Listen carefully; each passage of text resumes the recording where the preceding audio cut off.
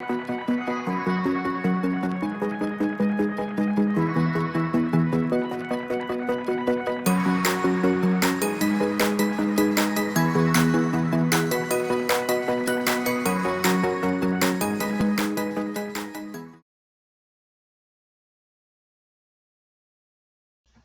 everyone, today I want to dive into business planning for 2022 since it's getting to the point where you should already be thinking about this or have done it for 2022. For those of you who have been in the business for a while, you know that in December you are already into your first quarter of 2022. Actually, probably sometime in November, you are already hopefully prospecting and getting your marketing geared up and your pipeline filled for 2022, because that's when it starts. We're always 2 months behind. So wanted to jump into business planning for 2022. We are going to be doing a 3-part series for the business planning. Part 1 and the video that I'm going to be doing today is on your big why, your core values, and your vision board manifestation. The part 2 will be your daily schedule and how you should really attack that for the year 2022. And then part 3 will be your goal setting and your measurables. And we'll talk about everything from household expenses to the volume to number of transactions, how to do the math.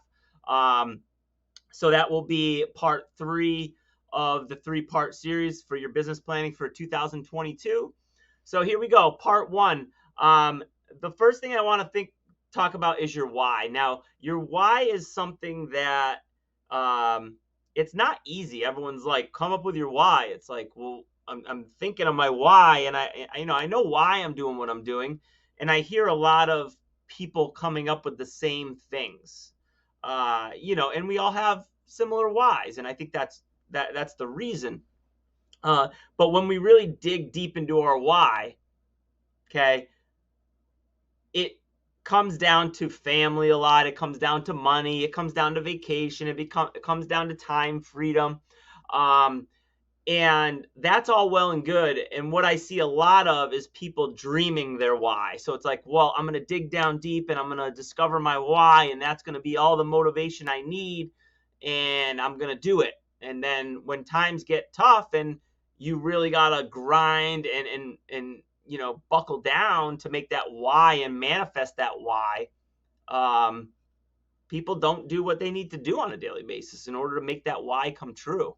Or make that why happen, or get the motivation behind that why. So I'd like to give you an example, and anyone who's been in a really, really tough situation that's come out of it, they understand and can relate to this. So a simple thing that you want to think about is if you were, homeless or underneath a bridge and that's where you were living. Now, like, that's a deep, deep why. Right? I don't have a place to live. I need to make this happen. I don't have a choice. Right? So when you're thinking about your deep why and why you're doing this, okay, it's easy to get caught up in, the obvious things, right?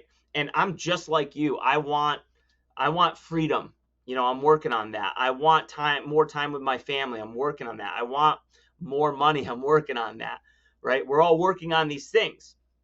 But the why needs to be something that you can back up. So every morning you wake up and you have motivation to go out there and make those phone calls, get that business, get through those tough transactions, figure out problems and find solutions and not give up so easily. People give up too easily.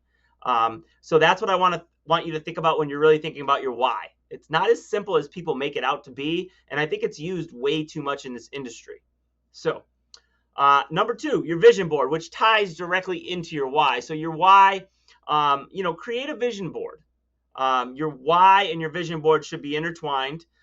You need to have something to look at every day. So if you're not looking at your vision board every day, you're not going to remember your why if you just write it down and it's stored in your computer somewhere or something like that. So create your vision board, manifest that.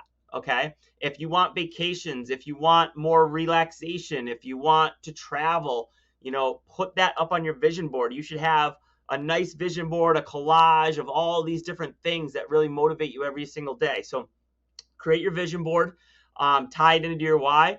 And then the last thing that I want to go over for our part one series is your core values. Okay. I think your core values are really important. I know we all have, values and morals and things that we want to live by and carry with us, as people. And I think for business, it's even more important to have these values, not just to keep you on track, because business can get tough. It can get confusing. You can go in this direction or that direction. I think the core values are going to give you a sense of focus, and they're going to keep you on track toward your destination or your goal.